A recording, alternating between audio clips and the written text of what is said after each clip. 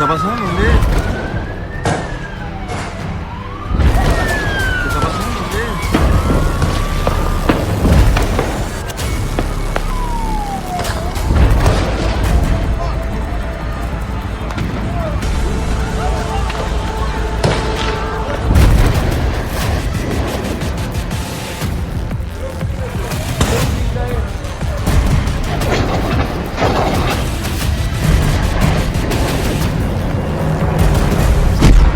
सात अक्टूबर आतंकी हमला, इजराइल ने 7 युद्ध से लिया बदला।